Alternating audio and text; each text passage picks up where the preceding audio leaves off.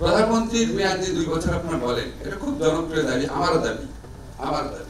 তা আমি দেখলাম যে কোন একটা সময় সম্ভবত সালাউদ্দিন ভাই বা বিএনপির একজনই কোথাও বলেছেন প্রধানমন্ত্রী 2 বছর পৃথিবীর কোন দেশে আছে? আমেরিকার রাষ্ট্রপতির কাছে আছে। তা আপনি প্রধানমন্ত্রী 2 বছর বললেই শুধু হবে না, আপনি যদি কনভিন্সিং আর্গুমেন্ট করতে হবে তো, যে পৃথিবীর আর কোন কোন দেশ আছে সেটা বের করে তারপর দেখেন হয় কিনা। আর প্রধানমন্ত্রী 2 বছরের মেয়াদ কিন্তু কোথাও নাই আসলে। আপনি ইন্ডিয়া বলেন, ইউকে বলেন, কোথাও কিন্তু নাই।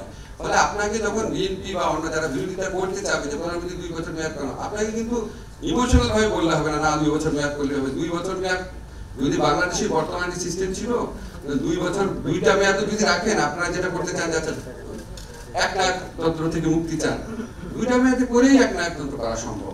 ধরেন 2 মেয়াদের জন্য সালাউদ্দিন ভাই প্রধানমন্ত্রী হলেন ধরেন, তারপরে 2 মেয়াদে হবে ওনার স্ত্রী, তারপরে 2 মেয়াদে ওনার সন্তান।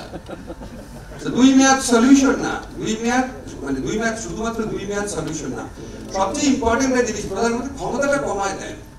প্রধানমন্ত্রী ক্ষমতা, যেমন আমি সবসময় একটা জিনিস বলি, ফান্ডামেন্টাল একটা জিনিস ভারতে বলে যে রাষ্ট্রপতি ক্যাবিনেটের সিদ্ধান্ত অনুযায়ী, ক্যাবিনেটের পরামর্শ অনুযায়ী সিদ্ধান্ত নেবে, আর আমাদের এখানে রাষ্ট্রপতি প্রধানমন্ত্রী ক্ষমতা অনুযায়ী সিদ্ধান্ত নেবে। ব্রেকফাস্ট, টিফিন কিংবা স্ন্যাক টাইমে মজাদার আয়োজন মানে অল টাইম ব্রেড।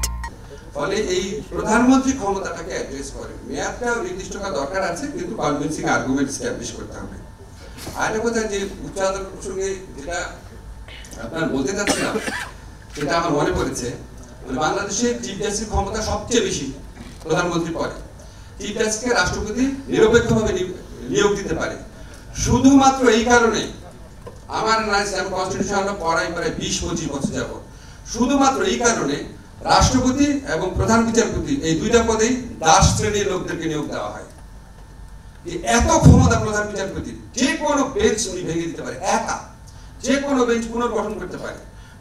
বিএনপি ক্ষমতা সে কি করবে, আওয়ামী লীগ পন্থী যে জাজগুলো আছে ওদের সবচেয়ে আনইম্পর্টেন্ট বেঞ্চ দিবে বা বেঞ্চই দিবে না, আর নিজেদের রিক্রুট যারা আছে তাদেরকে ফান্ডামেন্টাল রাইট শোনার বা ক্রিমিনাল জুডিশনের বেঞ্চ ওগুলি দিবে, বাকিগুলোকে দিবে civil matters, company law matters, এরকম হয়তো বেঞ্চই দিবে না।